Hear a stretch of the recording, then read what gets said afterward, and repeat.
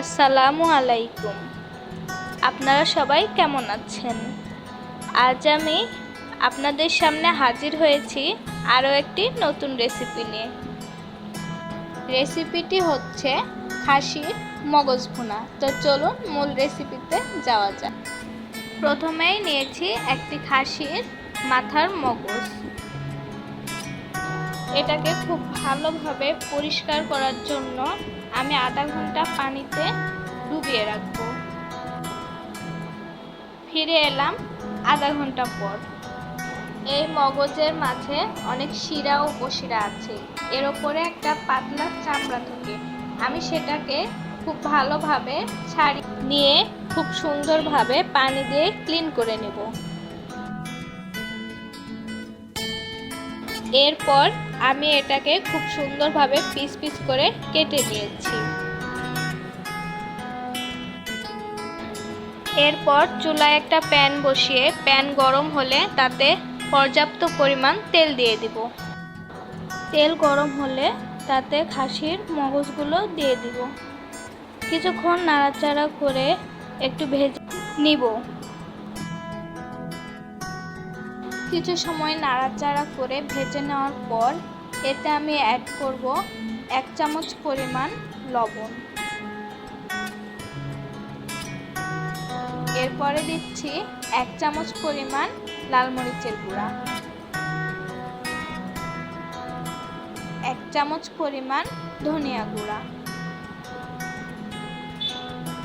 এবং 1 চামচ পরিমাণ হলুদের গুঁড়া।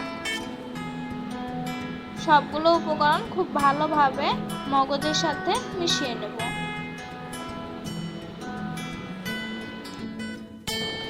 বেশ কিছু সময় নাড়াচাড়া করে খুব সুন্দরভাবে ভেজে নেওয়ার পর মগজগুলোকে আমি উঠিয়ে রাখবো।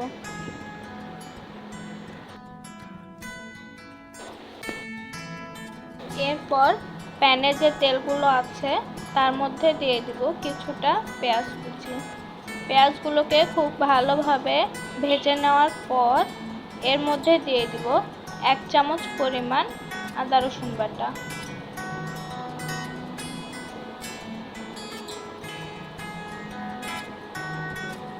এবং পেঁয়াজটাকে খুব সুন্দরভাবে সেদ্ধ করার জন্য দিয়ে দেব সামান্য পানি।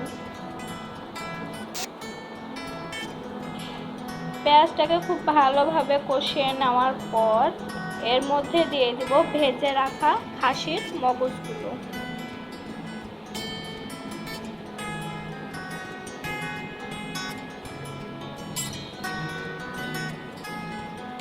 পেঁয়াজের সাথে মগজগুলো খুব ভালোভাবে মিশিয়ে নেব।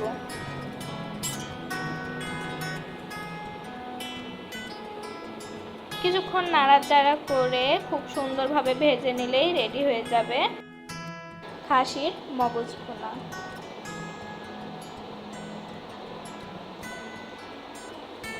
তো এই তো আমার খাসির মগজ ভুনা রান্না করা কমপ্লিট।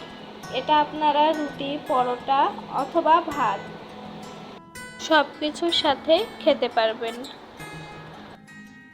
খাবারটাকে আরও একটু সুন্দর করার জন্য উপর দিয়ে দিব টমেটো কুচি।